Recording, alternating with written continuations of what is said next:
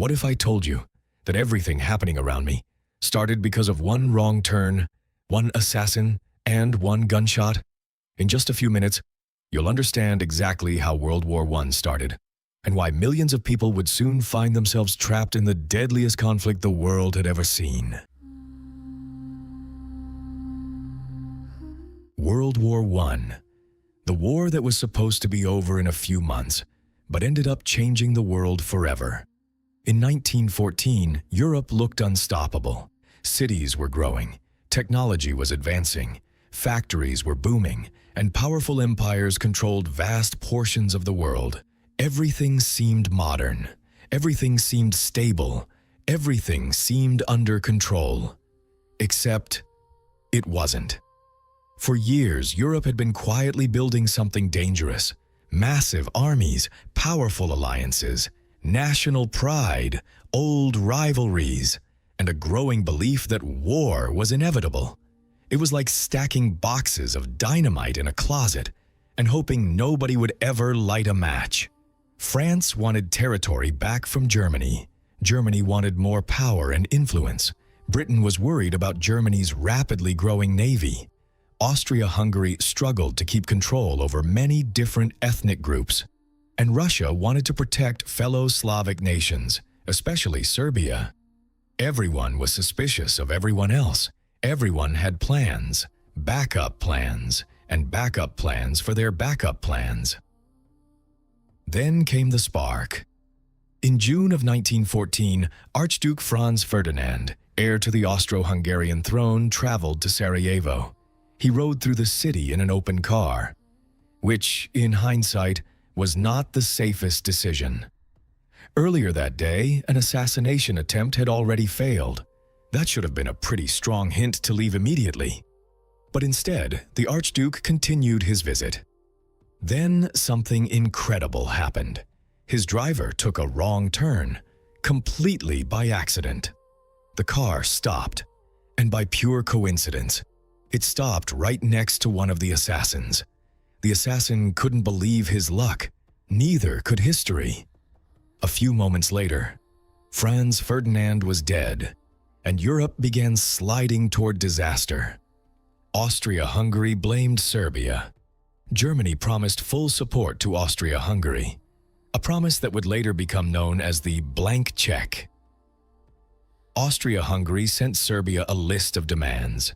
Some were reasonable, others were nearly impossible. Serbia accepted most of them, but not all. That was enough. Austria-Hungary declared war. And then the alliance system did exactly what alliance systems do best. It made everything worse. Russia mobilized to protect Serbia. Germany mobilized to support Austria-Hungary. France prepared to support Russia. And Britain watched nervously from across the English Channel. Within days, Europe was on fire. Germany believed it had a solution, a quick victory. Their plan was simple: defeat France before Russia could fully prepare for war. Then turn east and defeat Russia. Easy, at least on paper. The problem was that France had strong defenses along the German border. So Germany decided to go around them, through Belgium. There was just one small issue. Belgium was neutral. Germany hoped Belgium would simply step aside. Belgium disagreed and fought back. Surprisingly well. The invasion of Belgium also outraged Britain, and suddenly Britain joined the war. What started as a regional crisis had now become a major European conflict. Yet many soldiers still believed they would be home by Christmas. They were very wrong, because the world had changed. Military technology had advanced dramatically, but military thinking had not. Generals still imagined glorious charges and quick victories. Instead, they found machine guns, heavy artillery, barbed wire, and destruction on a scale never seen before. The Western Front soon became locked in place. Both sides dug trenches, then more trenches, and then even more trenches. Eventually, massive trench systems stretched from the North Sea all the way to Switzerland. The result was a deadly stalemate. Between the trenches was a deadly wasteland known as No Man's Land.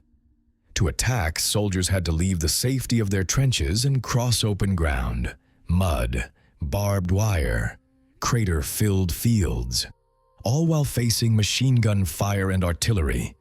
Thousands of soldiers could die just to gain a few hundred yards, sometimes less.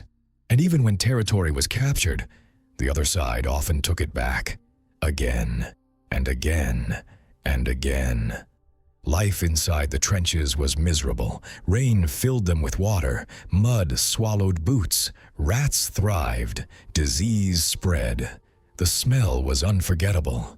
Many soldiers spent years living in these conditions, enduring constant danger, constant stress, and constant uncertainty. Meanwhile, commanders often repeated the same strategies over and over, hoping the next attack would finally break the deadlock. Usually, it didn't. As the war dragged on, it spread far beyond Europe. Fighting erupted in Africa, the Middle East, Eastern Europe, and across the oceans. What had started as a dispute between nations had become a true world war. By the time the fighting finally ended in 1918, millions of people had died. Entire regions had been devastated, and 4 great empires had collapsed: the German Empire, the Russian Empire, the Ottoman Empire, and Austria-Hungary itself. The map of the world changed, politics changed, societies changed, and the consequences of the war would continue to shape the 20th century. World War I was supposed to be a short conflict, a quick victory, a simple war. Instead, it became one of the most devastating events in human history. A war that changed nations, changed borders, changed lives, and changed the world forever. If you enjoyed this story, don't forget to subscribe, leave a like, and join us for more fascinating events from history.